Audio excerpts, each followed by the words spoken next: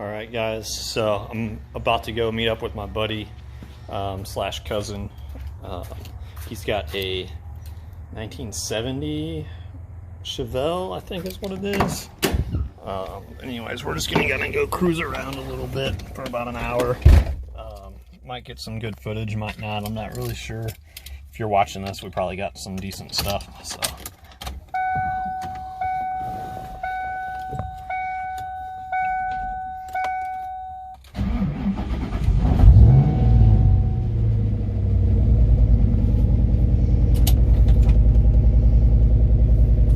Alright guys, just pulled up. He's got it out here idling. Looks like he just washed it.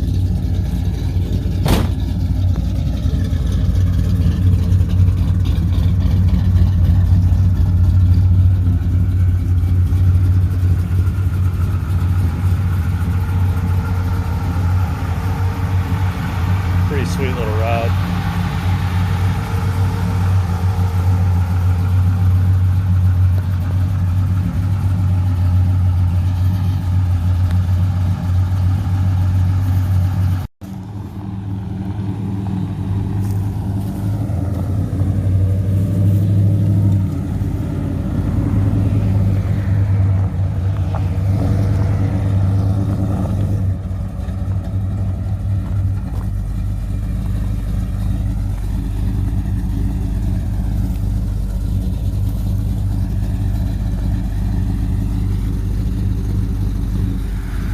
Alright guys, he's going to give us a little something here, so we'll see what we got.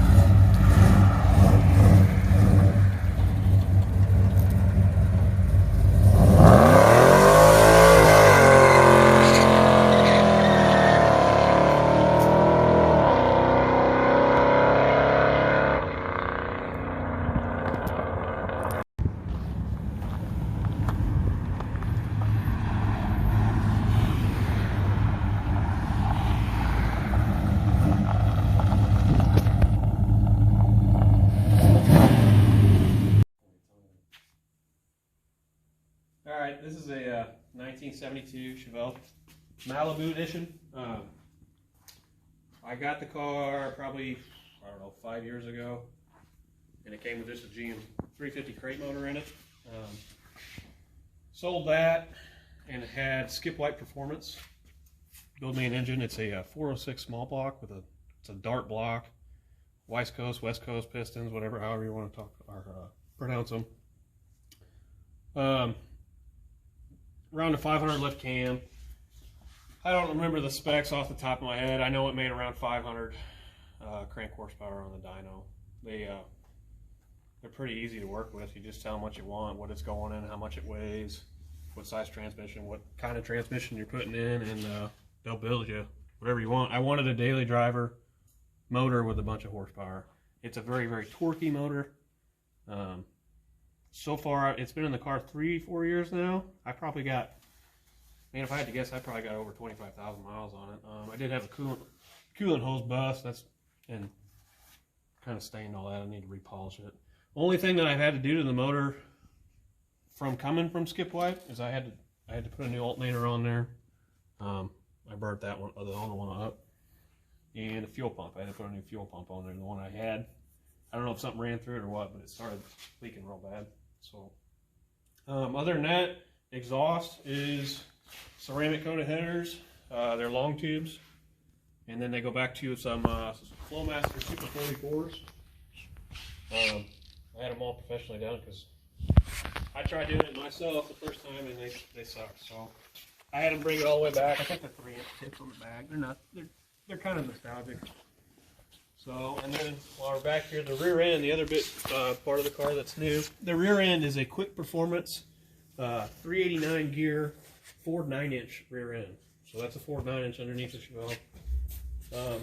I went with that because you can't beat them.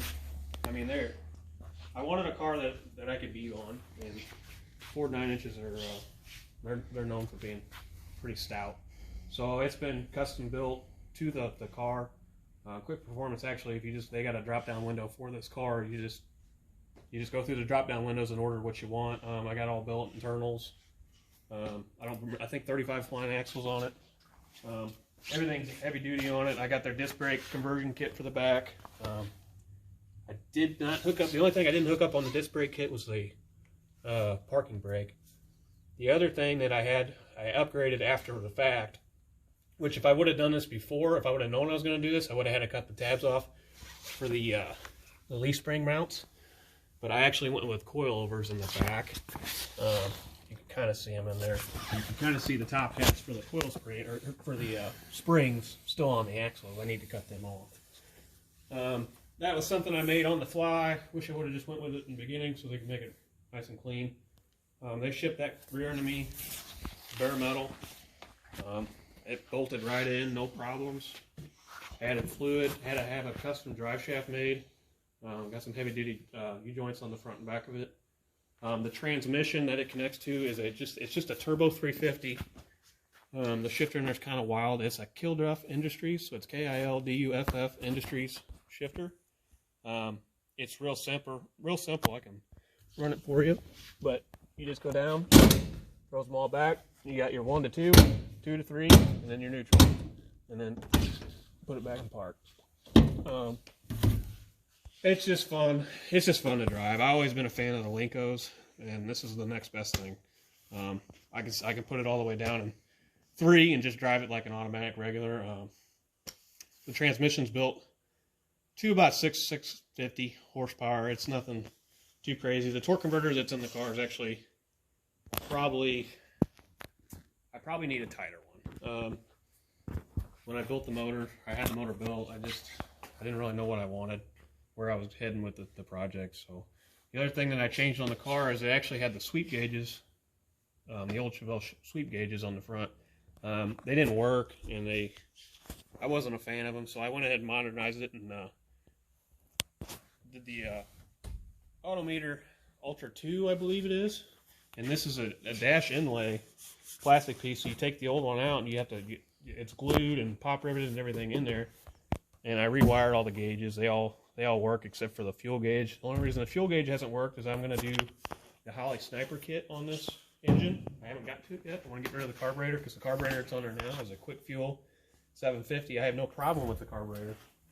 I'm just looking for something that I don't have to mess with enough, and I'd like to know what's going on inside the motor, and that Holley Sniper kit would actually allow me to do that. So I'm going to switch to that. Well, when I do that, I gotta get in the gas tank anyway. So when I do that, I'm going to go ahead and redo a new gas tank because I'm sure this one's original still in the car. So